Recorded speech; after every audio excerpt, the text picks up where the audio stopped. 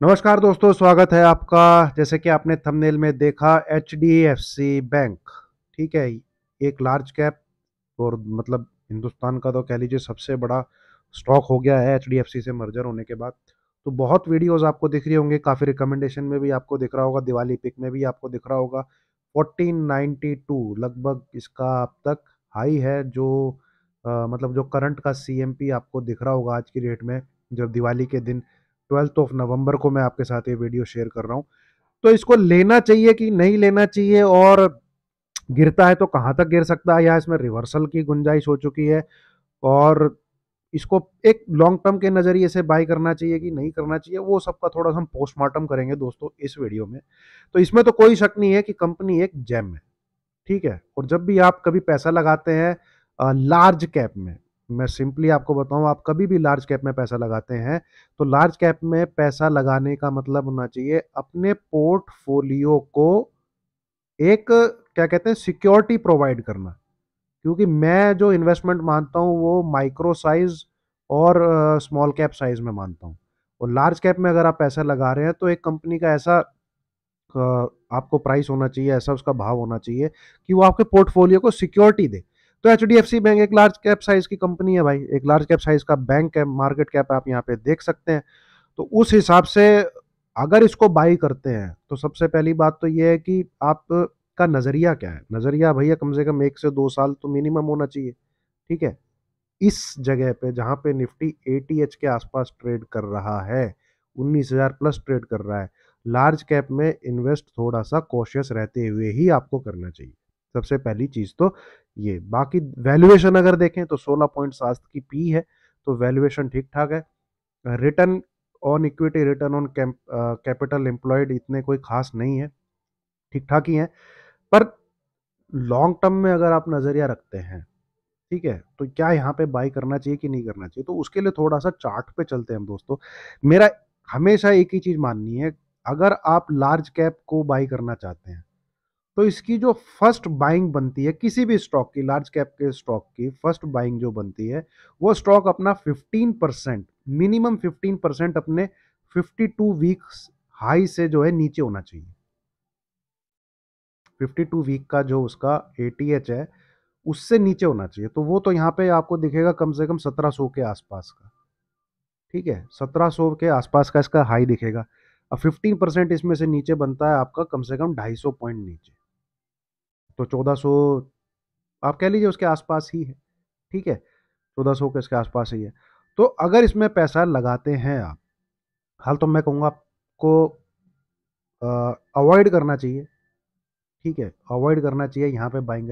But अगर आपको ये 1450 से लेके 1400 के बीच में मिले, वहां पे आप जरूर कुछ इसमें बाई कर सकते हैं, ठीक है, वहां पे जरूर कुछ इसमें इनिशिएट कर सकते हैं, बाई को आप यहाँ पे अपना कैटेगरी में डाल सकते हैं। और अगर आप फिर कुछ आगे भी अगर आपको ये नीचे मिलता है तो और लगा लीजिए, ठीक है। ये देखिए, ये है इसके असली प्राइस, ठीक है। फिर इसका जो बाइंग करने का प्राइस बनेगा, अगर आपने इसको 1400 में से 1450 इस रेंज में अगर इसमें आपने पैसा लगाया है, तो दूसरा पैसा जो आपको लगाना है, अगर ये और नीचे गिर जाता है, मान लीजिए बैंक निफ्टी खिसक गया 40,000 के नीचे, तो रेंज जो निकल के आती है वो फिर ये निकल के आती है 1280 से लेके 1320। यहाँ पर मान लीजिए आपने 10 से 15 के लगाया, अगेन एक और किस्त डाल दीजिए 10 से 15 के, ठीक है। क्योंकि अगर आपको कंपाउंडिंग का मजा लेना है तो उसकी जो बाइंग होनी चाहिए वो नीचे की एनएवी पे, मतलब एनएवी तो म्यूचुअल फंड का वर्ड हो गया, नीचे की सीएमपी पे होनी चाहिए, ठीक है। अगर आपको ये नीचे नहीं मिलता तो अवॉइड कर दीजिए, इस स्टॉक को छोड़ दीजिए भाई, ठीक है, इस स्टॉक को छोड़ दीजिए। बट इसका जो बाइंग का जो लेवल बनता है मेरे हिसाब से तो 1400 1450 के बीच में ही बनता है, ठीक है। उसके भी नीचे मिले तो फिर 1280, 1280 से 1320 इस बीच में आपको इसको खरीदना चाहिए। और अगर मैं डेली चार्ट पे चलूं तो ये इसका डेली चार्ट का वो, तो ये आप देखेंगे टॉप इसका कम से कम यहाँ 1700 के 1740-50 के आसपास है, तो ठीक ठाक नीचे गिर भी चुका है। अगर कोई बिल्कुल रुका रुका नहीं जा रहा किसी से, इसको ज़्यादा ही खुजली है, तो भैया यहाँ पे इंतज़ार कर लेंगे तो बेहतर रहेगा। क्योंकि हो सकता है आपको और नीचे मिले, ठीक है, और ऊपर ही भाग जाएगा तो ऊपर ही भाग जाएगा दोस्तों, भागने दीजिए। मेरा तो ये मानना है 15 से 20% के करीब स्टॉक अपने एटीएच से नीचे होना चाहिए। सबसे पहली चीज़ तो आप ये इंश्योर करिए कि आप कहाँ जिसमें इन्वेस्ट कर रहे हैं जेम्स होना चाहिए, वो एक एक जेम होना चाहिए। दूसरा, वो अपने 15 से 20% जो है अपने टॉप से जो है नीचे गिरा हुआ होना चाहिए। तीसरा, फिर आप और भी नीचे गिर सकता है भाई, फिर रोना नहीं है, क्योंकि आप ये चीज़ इंश्योर कर चुके हैं। आपका सबसे पहले शक तो यही दूर हो जाना चाहिए कि आपने कंपनी बेकार नहीं पकड़ी हुई है। किस्मत है आपकी अगर आपको 1280 के आसपास H D F C bank मिल जाए, ये किस्मत वाली बात है। ठीक है, तो किस्मत वाली बात है तो वहां पे इन्वेस्ट करिए। ठीक है, और अपने आप को कोई वो नहीं समझना है कि मेरे बाइक वीआईपी नहीं हूं मैं। आप कोई वीआईपी नहीं हो कि आपने बाई किया और स्टॉक अगले दिन से रॉकेट हो जाएगा। जब स्टॉक यहाँ पे नहीं चला, स्टॉक यहाँ पे नहीं चला, स्टॉक यहाँ पे नहीं चला, तो आपके बाई करते हुए चल जाए, इस चीज की कोई गारंटी नहीं। ठीक है, इस चीज की कोई गारंटी नहीं है। इस रेंज में मेरे हिसाब से तो इसका बाई बनता है। जब तक ये इस रेंज में नहीं है, H D F C bank में पैसा मत लगाइए। This range is 1400 to 1450। इसके भी नीचे फिर 1275 से लेके 1320। देखिए, बैंकिंग सेक्टर अपने एटीएच पे है और H D F C bank top से करेक्ट होता हुआ आ रहा है। दूसरे बैंक ने बैंक निफ्टी को संभाल के रखा हुआ है। करेक्शन आएगी तो थोड़ा बहुत आपको H D F C bank strong होता हुआ दिखेगा। कहीं आपको मौका दिख रहा है तो जरूर, मेरा एक चीज कर सकते हैं, यहाँ पे अगर आप पैसा डालना ही चाहते हैं, मान लीजिए टोटल आप 50,000 रुपये H D F C bank के लिए आपने निकाल के रखे हैं। ठीक है, मेन रेजिस्टेंस इसका यहाँ पे आपको दिखेगा 1400, 1520 के आसपास, 1525 के आसपास। ठीक है, इसमें से आप यहाँ 10,000 रुपये लगा दीजिए, सिर्फ 10,000। इस रेंज में मिलता है तो 15 से 20 लगा दीजिए। फिर इस रेंज में अगर मिलता है तो फिर आप इसमें से 15 से 20 लगा दीजिए। और खुदा ना खास्ता और भी नीचे अगर दिख जाता है तो भैया जैकपॉट आपके हाथ लग जाएगा। जैकपॉट, एक लार्ज कैप साइज का स्टॉक, दुनिया का शायद दूसरे तीसरे नंबर का बैंक, तीसरे नंबर का बैंक, आपको अपने टॉप से 1000-1100 के बीच में अगर मिलता है तो ये जैकपॉट ही होगा। यहाँ पे लगा दीजिए फिर इसमें 20 से 25 हजार रुपये। इस तरीके से अगर आप लेके चलेंगे, इस चीज को कहा जाता है एक्यूमुलेशन। बड़े प्लेयर इसी हिसाब से पैसा बनाते हैं।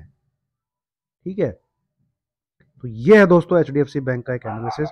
टेक्निकली अगर मैं आपके साथ यहाँ पे डिस्कस करूं टेक्निकली, ठीक है, तो ये जो लेवल है 1520, जब तक ये इसके नीचे रहेगा दोस्तों, गाने बजाने दिवाली चल रही है, ठीक है, इसके नीचे जब तक रहेगा तो इसमें पूरे इसके, उसमें कोई टेक्निकली स्ट्रांगनेस आने के चांसेस, स्ट्रेंथ भी आने के चांसेस नहीं। ठीक है, 1520। ठीक है, और ये अगर लाइन टूटी तो डेफिनेटली आपको ये 1460, 1450 के, आप देख लीजिए, जैसे ही 1450 के आसपास आता है इसमें बाइंग आ जाती है। ठीक है, तो 1450 के आसपास कहीं पे मिले नीचे की तरफ, वहां पे उठाइए इसको 1400, 1450 के आसपास। तो ये था दोस्तों H D F C bank.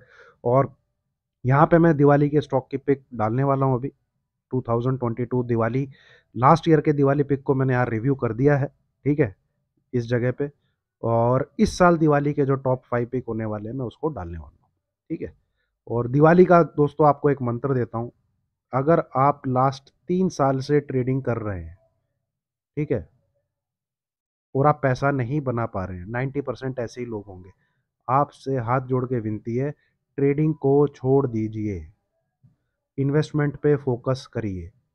ठीक है, कम से कम ऐसा करिए कि 3 से 4 महीने के लिए स्टॉक को बाई करके रखिए। इसको बोला जाता है स्विंग ट्रेडिंग। अगर आप इस चीज को भी क्या कहते हैं शुरू कर देते हैं तो भी आपका बहुत लॉस होना कम हो जाएगा। अब दोस्तों, बहुत प्रोफेशनल प्रो होना चाहिए अगर आप ट्रेडिंग करते हैं तो। ठीक है, किसी की एडवाइजरी, किसी की सर्विस लेने के बाद भी आपको प्रोफेशनल होना चाहिए अगर आप ट्रेडिंग करते हैं तो नहीं हो पा रहा है, क्योंकि 90% तो लोग लॉस लेते ही हैं। हर क्षेत्र में, हर किसी फील्ड में। ठीक है, यही 5 to 10% लोग हैं जो सक्सेस पाते हैं। क्रिकेट में भी तो भाई 11 ही खेलते हैं। दुनिया क्रिकेट खेल रही है, हिंदुस्तान क्रिकेट खेल रहा है, इंडिया का सबसे बड़ा नशा है क्रिकेट। ठीक है, कितने लोग घुस पाते हैं। ठीक है, 5% भी नहीं होंगे, 1% भी नहीं होंगे जितने टोटल क्रिकेट। तो ये हर जगह है। तो ट्रेडिंग में क्या है, आप अपनी जेब से भी देते रहते हो। तो 3 साल अगर आपको हो चुके हैं और फिर भी आप नहीं कुछ कमा, भैया छोड़ के इन्वेस्टमेंट पे फोकस करो। अगले 10 से 15 साल इंडिया का ड्रीम रन आने वाला है, ड्रीम रन। आज भारत की उम्र 2023 में 23 साल हो चुकी है। ये इंडिया की एज है। और इस एज में आदमी सबसे तेज भागता है। तो 23 से अगर आप 2035 2040 तक लॉन्ग टर्म इन्वेस्टमेंट करते हो, ट्रेडिंग से भी कंटिन्यूस, आप अगले 10 साल में वो पैसा नहीं बना पाओगे जो इन्वेस्टमेंट से बना पाओगे। ठीक है, तो लीव, छोड़ दीजिए ट्रेडिंग, फोकस ऑन इन्वेस्टमेंट। चलिए, थैंक यू वेरी मच।